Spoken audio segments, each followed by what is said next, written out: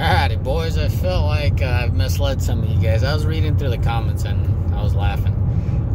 Now, what am I talking about? I'm talking about the video I just put up about why the Ram is the best truck for me. Like, you guys argue about this truck and that truck, and I figured I'd share my side of the story and why it's Ram. Just solely because it's brutal pulling power. It's tractor power. It's not fast. It ain't nothing crazy, but it's just tractor power. Now, in that video, I touched gas engines, and it seems like Ford boys with those 3.5s are just upset. I could do a video. on a 3.5. I don't own that truck, but I've driven one several times. I have family that owns several of them, so I have good things to say about those 3.5s, but those 3.5s will never last as long as a 6.0, and I'm talking about putting a load on it, okay? I'm not talking about anything else but working those engines every day, like I was unclearly, but talking about the diesel engines, okay? Now, what am I talking about here? Longevity under severe load, okay? Clear. Now, I have a cousin that went through a couple of those trucks. I don't know if he just keeps working out the problems with his Ford, but there are a couple of EcoBoosts, and he just keeps blowing one thing or another. They just pulling 8,000 to 10,000 pounds, which is within spec of what Ford's claiming on those trucks, but he just keeps fixing the thing. Just ain't working out for him. It ain't staying together. It's just, why? Because he's pulling 8,000 to 10,000 pounds every single day. Well, 90% of the time he's working that truck, and it just can't keep its crap together is what it comes down to. Now, an average Joe that pulls his, drives around, look at all them Fords. Look at that. 1, 2, 3 150s and one Ram. An average Joe that drives one of those pickups, or that kind of pickup, let's just hypothetically say they're EcoBoosts, it's a perfect setup for him, because he needs that truck for once in a while to tow something light. It's good. It's good for the engine to push that soot through, if we could call it, and all the carbon issues. I know those 3.5s had issues when they just came out with carbon buildup on the valves, but I believe they fixed that issue. But anyways, a little load's always good on equipment. It seems like these 3.5s can't handle full load, is what I'm trying to underline. Now, talking about the fun factor, the 3.5 EcoBoost is a very fun engine. It's very peppy, or whatever you want to call it. It's very snappy. For a pickup truck, it's a very fun engine. But I'm talking about fun, not reliability and longevity. Now, what am I talking about the 6.0? I'm talking about those GM 6.0s. Those are very good engines, and I'm once again talking about longevity. I'm talking about reliability, and I'm talking about hauling. Where am I coming up with this? I have a friend that owns a box trucking business, and that's all he buys, 6.0s. If it don't have a 6.0, he don't want to touch it. That's pretty much me. If it doesn't have a Cummins and an Ison in there, I ain't touching it, pretty much. I know we have a Ford in the fleet. That's for testing purposes and keeping fingers crossed. But as far as what I really want to buy and what I like to buy is Cummins with an Ison. Same thing with him. He only buys GM products, GM box trucks, and he only buys them with 6.0s. He's been having a hard time finding them used in the right condition that he likes them. But what am I trying to say? Those trucks work. Not the best gas mileage, not the fastest truck, but they work. Those are a workhorse engine, and that engine will last you, and it will last you for a good while, and that's a fact. Those box trucks work, and sometimes that box truck is pulling another box truck, and my buddy really pushes those things, but unit after unit after unit are just proving themselves that, hey, those 6.0s last 400, 500,000, and that's impressive.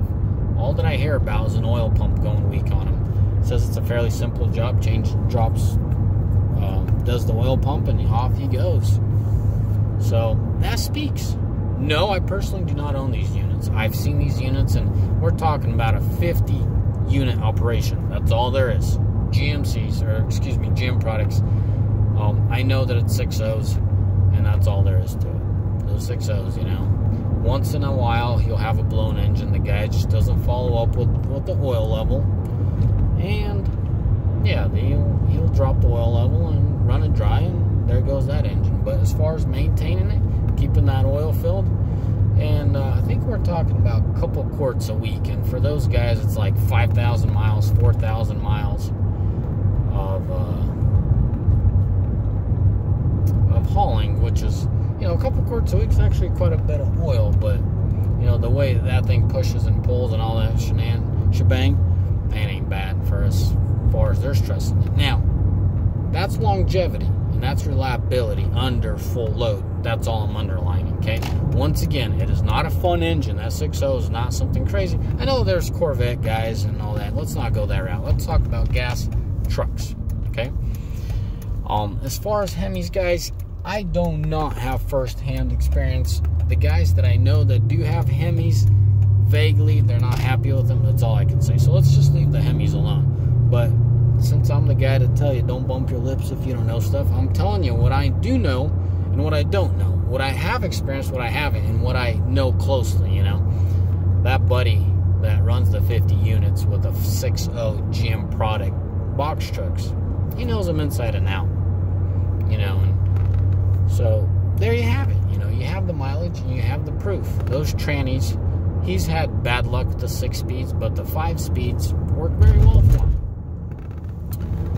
I'm just recapping. The guys with 3.5s, man. I have a buddy that has a 3.5. Absolutely awesome pickup. And it's parked in my yard. I might do a video if you guys really want to see it.